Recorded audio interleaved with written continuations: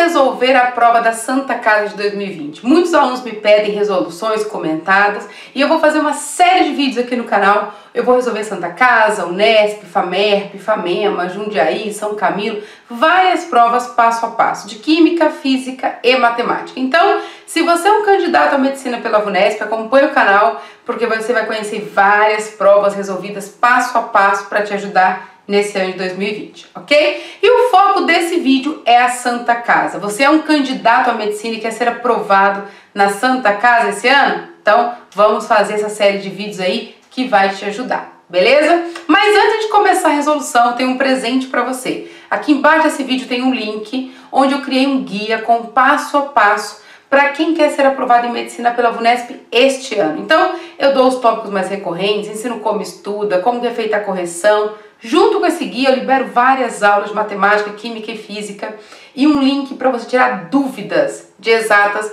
para essas provas. Então, se você é um candidato, vale a pena você pegar esse guia e acessar e ler com bastante atenção, que vai te ajudar bastante. Beleza? Então, vamos lá. Vamos para a prova da Santa Casa de 2020. Nós vamos resolver nesse vídeo a prova de Química aberta da Santa Casa de 2020. E ela começa na questão 9. Vou colocar o enunciado aqui, a gente vai ler junto para a gente comentar sobre a questão, beleza? Vamos lá. Olha só, a questão 9 fala a seguinte coisa. Entre as propriedades mais estudadas dos compostos orgânicos estão a capacidade de sofrer combustão, certo? E aí ele começa a contar pra gente, né? Combustão, solubilidade em água e a volatilidade. Considere as informações apresentadas a seguir. Ele me deu 4 elementos. Butanona, butano, butanol 1 e ácido butanóico. Me deu a forma estrutural, massa molar, deve fazer diferença pra gente, né? Solubilidade em água e ponto de ebulição. Aí tem, gente, ele me deu uma tabelinha com muita informação. Qual que é a pergunta? Vamos para a pergunta dele. Qual das substâncias apresentadas na tabela é mais polar? Volta aqui. Nós vamos resolver do jeito que a Unesp aceitaria, só que é importante você entender todo o conceito, porque essa pergunta pode vir de forma diferente também. A pergunta é a seguinte: qual das 4 substâncias é mais polar? Para eu responder isso, eu tenho vários critérios. Nesse caso, nós vamos usar o critério da tabela que ele me deu, certo? Porque se ele me deu essa tabela, tem algum motivo, porque ela me ajuda. Então, nós vamos usar a tabela para responder. Mas antes de responder, eu quero ver se você lembra quais são os critérios para solubilidade, certo? Solubilidade que ele fala, não é? Perdão, para polaridade. Então, a primeira coisa que a gente precisa saber é a seguinte: a polaridade depende do que exatamente? Depende do momento de dipolo. Se a minha molécula tiver um momento de dipolo diferente de 0, ela é polar. Se a molécula tiver um momento de dipolo igual a 0, ela é apolar. Tudo bem? Isso é muito importante. Por quê? Nesse caso, nós vamos ter a tabela, mas nem sempre nós vamos ter. Então, esse momento de dipolo, ele é muito importante. E quando pede para a gente justificar, eu tenho que usar esse critério. É uma palavra âncora aí para a resolução das provas da Unesp. Tudo bem? Débora, mas esse momento de dipolo depende do quê? O que exatamente é isso? Depende da eletronegatividade. Eu não preciso ter os valores numéricos para eu calcular, mas quanto maior é a diferença de eletronegatividade, maior é o meu momento de dipolo. Se a minha eletronegatividade for igual, o meu momento de dipolo é igual a 0. Então, por exemplo, se eu tiver Cl2, meu momento de dipolo é igual a 0. Por quê? Eu tenho Cl, a mesma eletronegatividade, puxa com a mesma força, então ela é apolar. Se eu tiver HCl, é uma molécula polar. Por quê? O meu momento de dipolo é diferente de 0. O cloro é muito mais eletronegativo que o hidrogênio. E eu não preciso ter números para isso, né? Basta conhecer os critérios da tabela periódica. Como a minha eletronegatividade é diferente, meu momento de dipolo é diferente de 0. Beleza? Isso para um contexto geral. Mas, nesse caso da Santa Casa específica, ela deu a tabela. Gente, dá uma olhada na tabela, olha lá. Ele deu que a solubilidade, aí ele falou do butano é 6,1 vezes 10 a menos 2, da butanona 290 gramas por litro, do butanol 90 e o ácido butanóico miscível. O que significa isso? Miscível, completamente solúvel. Dessa tabela, gente, quem consegue dissolver, quem é mais solúvel em água é a butanona, tudo bem? Volta aqui. Como ele me deu essa informação que a butanona é mais solúvel, então ela é mais polar, tudo bem? Por quê? Porque, lembra, semelhante dissolve semelhante? Se ela é mais solúvel em água, ela tem uma característica mais parecida com a água, então ela é a substância mais polar, tudo bem? Débora, e se não tivesse me dado a tabela? Aí eu iria para o critério de momento de dipolo. Então, uma coisa que eu preciso saber, bater o olho e conseguir responder. Todo hidrocarboneto é apolar, beleza? Então, guarda essa informação. Mas neste caso da casa, nós vamos apegar essa prova, eu iria pela tabela. E ele continua a pergunta, vamos ver? Ele fala o seguinte, ó, determine a massa de butanol 1, né?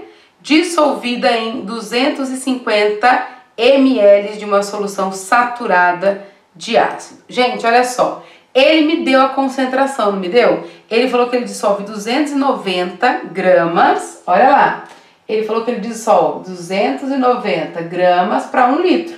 Você concorda comigo que 1 litro é igual a 1000 ml?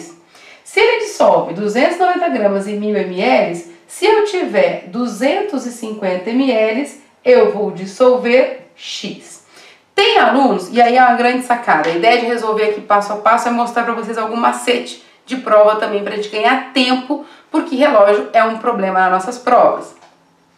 Tem aluno que faz isso, ele multiplica e divide. Eu preciso fazer isso? Eu posso fazer, mas eu não preciso fazer. Por quê? Vocês concordam comigo ó, que de 1000 para 250 reduziu 4 vezes? Eu dividi por 4? É só eu pegar 290 e também dividir por 4, ok?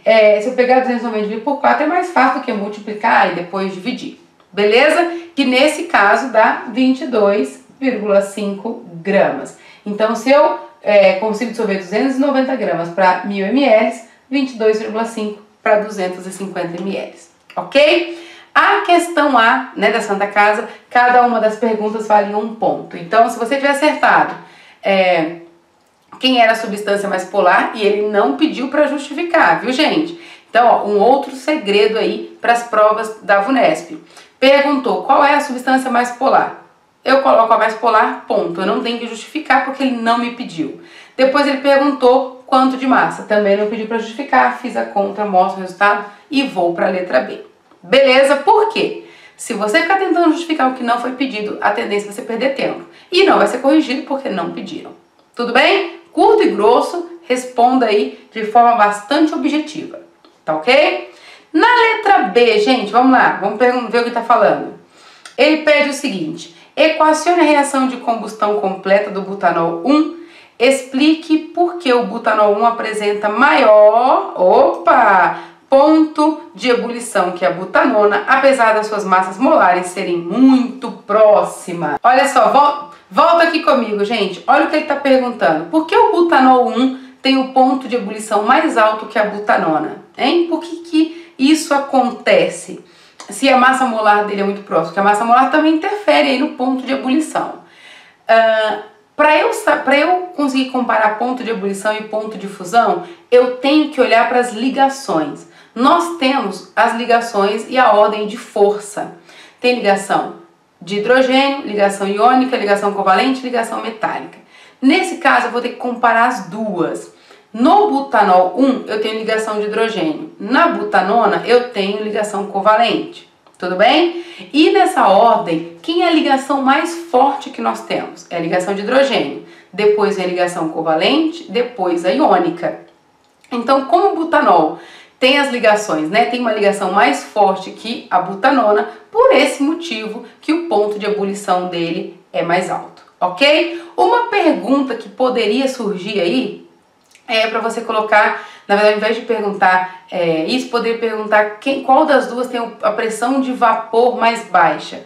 Lembra que eu já falei em outros vídeos? Pressão de vapor é inversamente proporcional à temperatura de ebulição. Se o butanol 1 tem o ponto de ebulição mais alto, ele tem a pressão de vapor mais baixa. Se a butanona tem a temperatura de ebulição mais baixa, ela tem a pressão de vapor mais alta. Tudo bem? Fica a dica aí caso caia em alguma outra prova.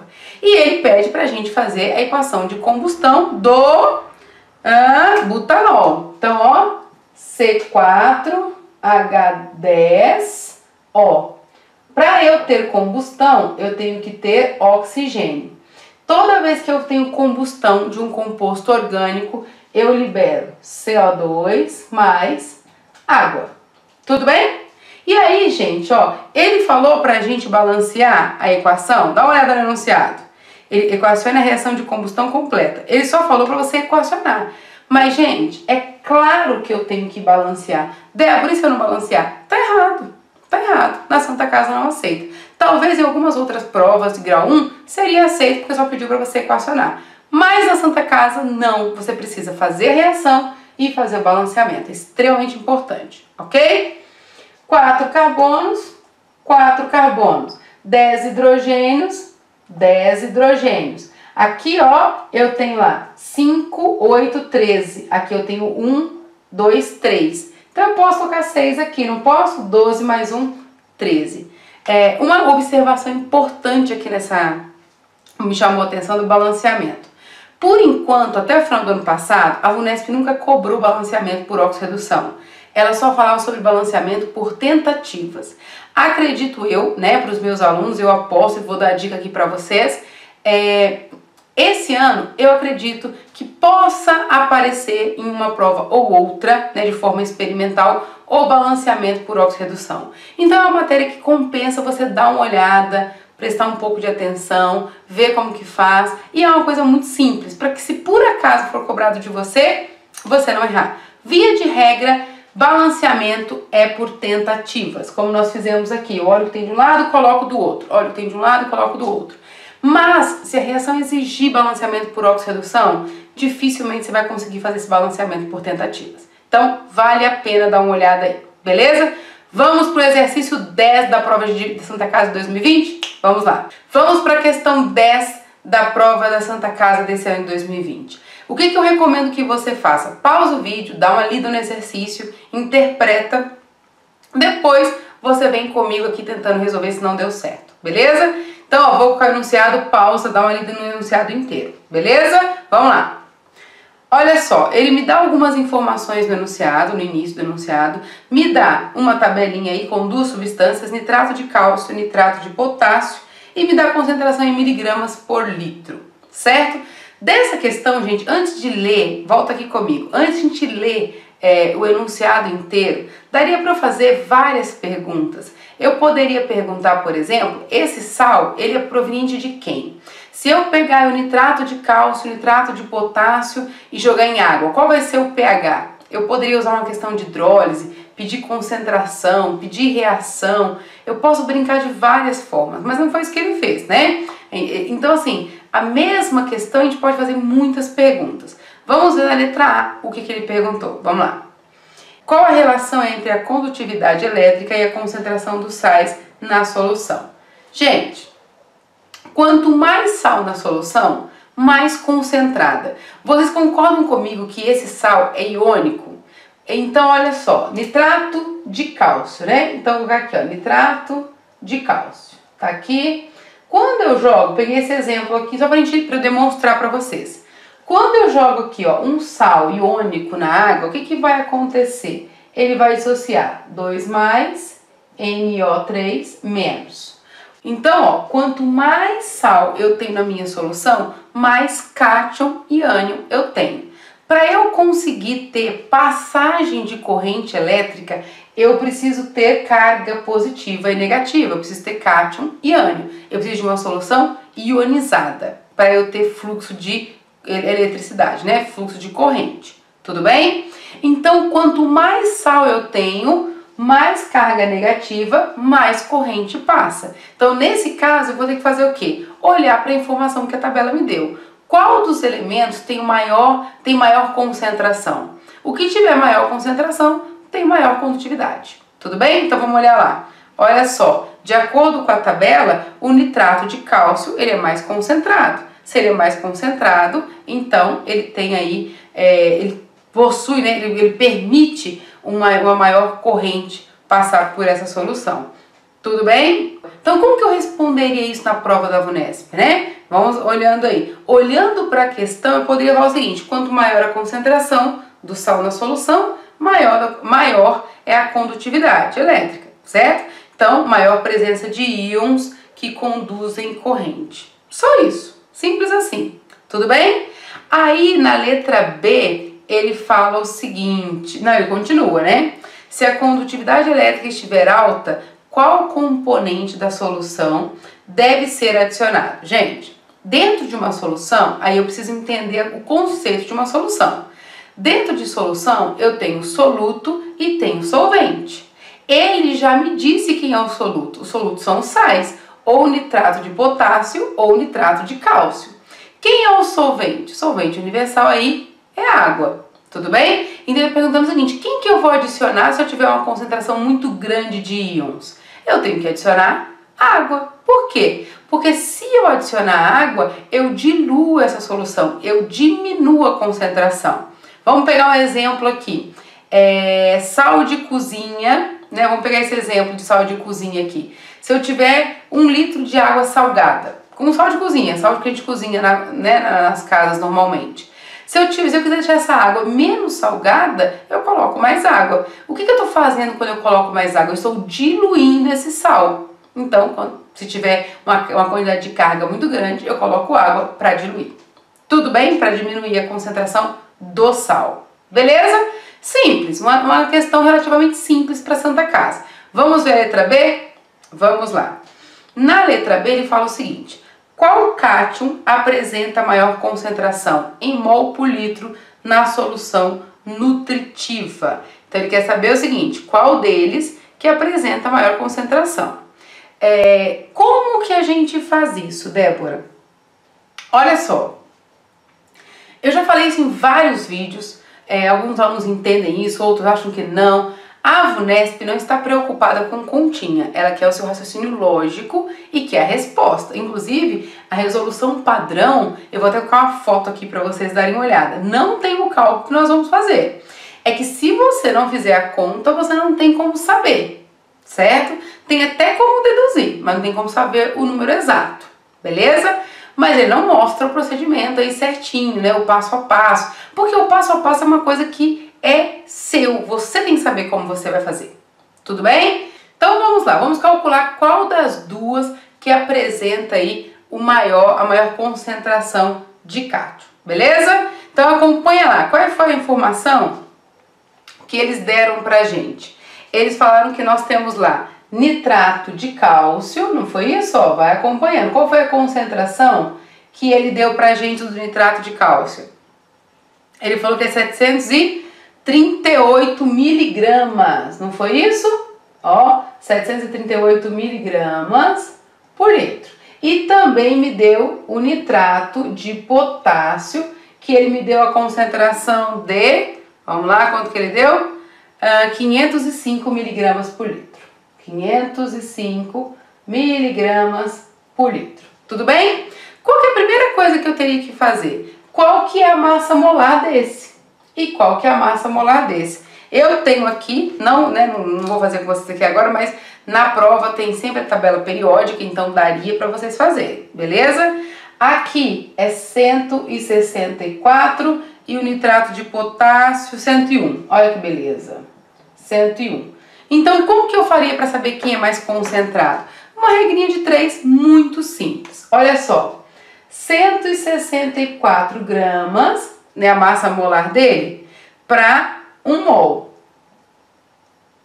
Se eu tiver 738 vezes 10 a menos 3, por que, Débora, vezes 10 a menos 3? Porque ele me deu em miligrama e eu tenho que passar para grama. Então, vezes 10 a menos 3, eu vou encontrar o número de mols aqui, mol por litro, tudo bem? Que nesse caso aqui, ó, deu 4,5 vezes 10 a menos 3 mols por litro, beleza? Vou fazer aqui a mesma coisa, ó, com esse de baixo, com nitrato de amônio. 101 gramas tá para 1 mol. Se eu tiver 505 vezes 10 a menos 3, quanto que eu vou ter aqui, ó? Praticamente subiu 5 vezes, não foi? Se subiu 5 vezes, aqui também sobe 5 vezes. Ó, 5 vezes 10 a menos 3, porque eu carrego comigo a potência. Tudo bem? Sem ter que ficar fazendo continha. Aqui, ó, daria pra fazer também. Quantas vezes 164 cabe dentro de 738? E aí é só carregar a potência. Tudo bem? Tranquilo? Aí, qual dos dois tem maior concentração, gente? Ó, nós temos mais concentração de potássio. Tudo bem? É um jeito de justificar? Com certeza, você mostrando as contas que você fez, você justifica. Beleza? Então, ó, volta lá na pergunta. Qual que é a pergunta dele? Qual cátion apresenta maior concentração em mol por litro na solução nutritiva? Aí você coloca os cálculos, é o potássio. Certo? Porque está perguntando do cátion. Aí tem um que coloca nitrato de potássio. Não, nitrato de potássio não é um cátion, é uma molécula. Onde o cátion é o potássio e o nitrato é o ânion. Então a gente tem que falar que é só o potássio. Beleza? Vamos para a próxima? Vamos lá. Vamos para a questão 11, gente, da Santa Casa de 2020. Vamos lá. Como de costume, vou colocar a questão aqui. Eu quero que você pause, interprete a questão, identifique qual é a matéria para a gente começar a resolver. Beleza? Então vamos lá. Olha só, gente, ó, ele tá falando sobre... Vocês conseguiram perceber que esse conteúdo é de eletrólise?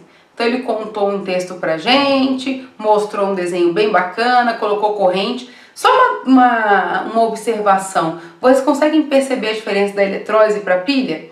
Pilha é um processo espontâneo, onde a DDP é positiva. Eletrólise é um processo forçado, onde eu tenho que fornecer energia para que aquele processo ocorra. Beleza? Só para vocês se inteirando aí das diferenças. Ele fala o seguinte: escreva a fórmula química do floculante produzido pela oxidação do ânodo. Cite a técnica de separação das misturas envolvidas no carregamento dos poluentes para a superfície da solução. Gente, olha só, volta aqui comigo. Ele falou o processo. Ele falou lá no início do texto, ele falou que era uma floculação. Não falou? Então o nome do processo está dito dentro do texto. Para quem leu com atenção, super tranquilo. E ele fala que é um hidróxido de alumínio, não é? No texto também que ele fala. Então, para quem não sabe, aqui ó, o hidróxido de alumínio, eu tenho que saber algumas bases, alguns ácidos característicos, ok? Então, depois a gente pode marcar uma aula sobre ácido, base, sais, como que monta, de onde vem, as bases solúveis, insolúveis, forte, fraca. É muito importante você saber disso. Para química dentro da FUNESP é muito importante. Característica, como que forma, é forte, é solúvel, não é? É importante, ok? Então, hidróxido de alumínio. Eu vou complementar uma coisa aqui, porque tem alunos que perguntam para mim, mas como que você sabe que aqui tem um 3? Ó, é o NOx, né? O alumínio está na família 3A e a hidroxila é menos 1. Então, ó, lembra do escorregador que desce para o pé? Então, o 1 desce no pé do alumínio, 3 no pé do hidróxido. E como é uma molécula composta, a hidroxila é uma única, a gente põe entre parênteses para multiplicar todo mundo. Tudo bem com relação a isso? Voltando lá no A, é só isso que ele pediu pra gente, né? Ele quer quem é o elemento, que ele tinha dado no texto, e o nome da técnica. Tranquilo. Então, em princípio, 2 pontos bem tranquilinhos pra gente aí, dados de graça. Mas não se engane, se ele está dando 2 pontos de graça, só que a B, ele pode exigir um pouco mais. Vamos ver o que ele fala na B? Equacione a reação de produção do gás formado no cátodo a partir da redução da água. Então, ele já falou que o cátodo reduz da água, certo? Considerando o volume na CNTP de 22,4 mols por litro, calcule o volume de gás produzido na CNTP quando a fonte de corrente contínua fornece uma carga elétrica de 0,4 Fahrenheit. Então vamos lá. Então, gente, o que ele quer saber? Ele quer saber, então, quanto de gás eu vou formar se eu colocar 0,4 de corrente. Vocês concordam comigo que aqui, ó, eu estou colocando 2 Fahrenheit aqui e eu estou produzindo quanto? 22,4 litros. Se eu colocar 0,4 Fahrenheit, quanto eu vou produzir aqui? Uma sacada básica aqui, ó. Quando eu tenho um número grande e um número pequeno, o que eu faço? Eu aumento um e diminuo o outro na mesma proporção. Então, olha só. 0,4 vezes 22,4 vai virar 4 vezes 2,4. Tudo bem? E aí, ó, o que eu vou ter que fazer? 4 vezes 2,24 dividido por 2. Se eu vou dividir por 2, é a mesma coisa, então, de simplificar aqui, né? Ó, aqui dobrou, aqui também dobrou. Você concorda comigo? Só que eu tinha uma vírgula aqui, eu preciso considerar. Então, vai ficar 4,48. Tudo bem? Só andei com a vírgula. Dobrei, né? 44,8. Andei com a casa uma vez, porque eu tenho que 0,4 e não 4. Beleza? Tranquilo com relação a esse 11? Geralmente, eletrólise é uma matéria que dá muita dúvida. Eu vou separar um dia uma live pra gente fazer só sobre eletrólise. Aí a gente fala sobre as particularidades, sempre como que monta as reações, como faz o balanceamento, para isso ficar mais claro. Mas, se ficou alguma dúvida aqui na questão da Santa Casa, deixa seu comentário aqui, beleza? Vamos para a próxima. E como já era de se esperar, gente, toda boa prova da VUNESP de Medicina, Química Orgânica. Então, a última questão aberta da Santa Casa de 2020 foi uma questão de Química Orgânica, certo? Vou colocar as questões aqui e a gente vai responder, que ela é bem simples, bem tranquila. Quer ver? Vamos lá. Ele deu o texto pra gente, pausa o vídeo, dá uma lida sobre o que ele tá falando, para você conseguir interpretar, e aí nós vamos para a pergunta, ok? Ele tá falando o seguinte: indique a geometria do carbono na molécula de CO2. Gente, qual que é a geometria do CO2? Volta aqui. Tem um vídeo que eu já liberei no meu canal, e quem pegou o guia aí, quem tá recebendo o guia, eu falo sobre a geometria das moléculas. Para eu saber a geometria das moléculas, eu preciso saber de alguns padrões. Então eu tenho que saber qual é a geometria da família 5A, da família 4A, da família 6A, da família 7A. Se eu souber alguns padrões, eu consigo fazer. Sempre que tem ligação pi, essa ligação é enrijecida. Então, ó, o carbono está na família 4, então ele tem que fazer 4 ligações para se estabilizar. E o oxigênio está na família 6, precisa fazer 2 para se estabilizar. Então, como o oxigênio tem que fazer 2, ele faz dupla e aqui outra dupla. Então, linear, gente. Essa estrutura vocês têm que saber. Tem que saber. Água, amônia, CO2...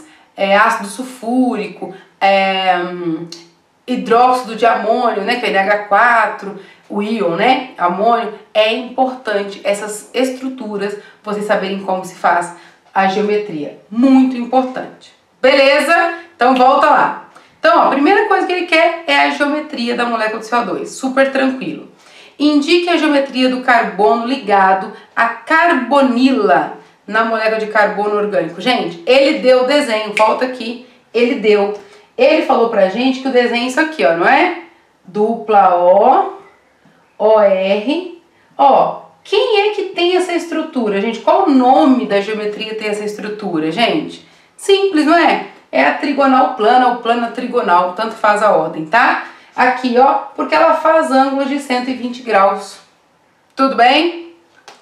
Débora, é sempre essa cara? Sim, tem alguns elementos da tabela periódica também que faz essa cara aqui, né, da trigonal plana. Super tranquila também. Ó, lembra que eu falo muito de química básica? Geometria das moléculas, química básica, ok? Dentro da Santa Casa, que é um nível 2, uma prova extremamente concorrida. Então é importante vocês mandarem muito bem química básica, beleza? Vamos para a letra B, vamos dar uma lida lá. Aí ele fala o seguinte, ó. Considere o R, que R seja o radical etil. Cite o nome da substância que reage com o CO2 para a formação do carbonato orgânico. Escreva a fórmula estrutural do carbono orgânico formado pela substituição do R pelo radical etil. Gente, olha, analisa aí esse desenho. Se nesse ponto aqui eu tirar um R e colocar o etil, o que vai formar? Gente, ó, eu vou ter lá CH3, CH2, que o etil é isso, não é? Aí eu vou ter esse composto que ele já me deu, CH2, CH3. É simples assim, é só isso que ele quer, que você represente. Então o foco aqui é saber o quê? Você conhece o radical etil? Basicamente isso. Tudo bem? E no início, né, na primeira pergunta, ele está perguntando quem reage. Então o nome da substância que reage com o CO2 é o etanol ou álcool etílico, né? Tudo bem com relação a isso? Gente, olha só, as questões de química da Santa Casa nós resolvemos. Em outro momento nós vamos resolver as questões de física. É extremamente importante saber como responder uma questão de física na prova da Santa Casa. Tudo que você coloca muito direto em física é zerado, é desconsiderado. Então, nós vamos a esse processo aqui de física também. Beleza? Matemática também e outras provas. Então, acompanhe o canal. Se você não é inscrito, se inscreve, liga o sininho para sempre que eu colocar um vídeo novo, você ter acesso. Até mais. Tchau, tchau.